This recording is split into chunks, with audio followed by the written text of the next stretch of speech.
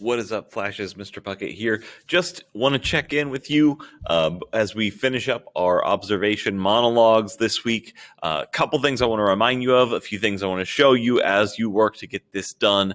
Hopefully this is going smoothly for you. If it's not, I'm available to help as well, but this video might also answer some of your questions. So one of the things that I'm getting asked a lot is, do we need to cite our sources in the actual monologue? And the answer is yes, you do need to cite it. You're not turning in a works cited page for this, so you do need to tell us your sources outside of the brainstorming sheet. I know that the planning sheet. I know the planning sheet has a place for you to put the sources. I'll get to that in a second. But actually in the monologue, you need to say the source. When you get to your quote that you want to put in, you need to say which source this came from, according to, and let's say ESPN.com. I love to use ESPN as my fake source, or according to the BBC, right? Or according to this person's article titled, and then you say it, right? You may have to write it down on a little note card or whatever, or just a little sheet of paper to have nearby. These are all fine things to do. As I've mentioned before, it's okay to be looking down at something every once in a while, so long as most of the time, a majority of the time, more than 50%, you are focused on talking to the camera and presenting to us, your audience. So you need to do that. Let's look at the planning sheet here just briefly, because I've had a few people ask me or express confusion about what they're supposed to be doing here. You're going to start, the parts that you have to actually do. Hold on a second. Apologies, they came on and did an announcement. Okay, back to this. So this part up here, you don't have to do anything with. This is guidance for finding a good source, right? To give you some idea of some sources that you'd want to look for and some sources that you don't want to use. Obviously, wikis, TikTok, please. If you're trying to use a TikTok as a source, what? Anyways, all right, moving on. What you're actually going to do is this part right down here. And again, like I said, if this is something you feel confident about, you can skip 30 seconds ahead in this video. That's fine. But you're going to put, this is where you plan out your personal example, right? This is the example from my life.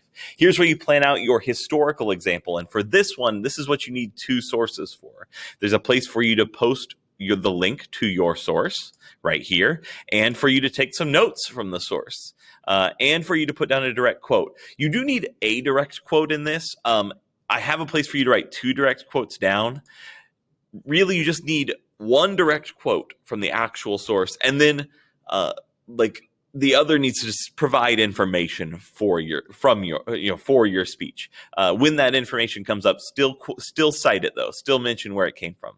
The final example is a literary example. It's from a book or a movie or a television show or a piece of media you've read. And this one does not require research, but you may want to do research. Maybe you look it up. Maybe you look for an example. And if that's the case, if you seek it out rather than just recall one that you know already by heart, if you seek it out, then you should write down your research information here. This part right here is not required, only if you actually did research. So that's just a heads up on that. A couple things just sort of to talk about for the end of the week. Obviously, tomorrow is our day to record and submit our speeches via Flipgrid or present them live. I currently have about 15 people signed up to present them live and receive their 10% extra credit in the test category. If that's you, awesome, great. Make sure that you remember what time your appointment is and hop on the Google Meet. You can click here to access it at that time. There will be no more than hopefully 2 other people in there besides me when you do that. There should be most slots still open because we have not had that many people sign up. So if you are wanting to do that, please make sure you click right here and do it there to sign up. Also, just note that the planning sheet is due today at the end of the class day today. One other thing I wanted to say, if you're submitting via Flipgrid, Flipgrid has a 90-second limit. But notice I said this is a 90-second speech. So give or take 10 seconds is fine. If your speech is 80 seconds long or even 75 seconds long, that's probably fine. Make sure you cover everything that is required. But as long as it's in there, you're okay. Some of you may need to go a little over. If you want to break your speech into two and submit two flip grids, that's totally fine. Just do that, and I will grade them both as one speech. That's fine. Please don't go over onto three flip grids. I know some of you are not concise people and are very wordy, like myself. But please try to keep it to just 3 minutes max. For that, because I've got 120 of these to grade, and it's going to take a while for me to actually give them the attention they need. Okay, I think that covers everything I wanted to talk about. Have a great day, and I will see some of you Friday.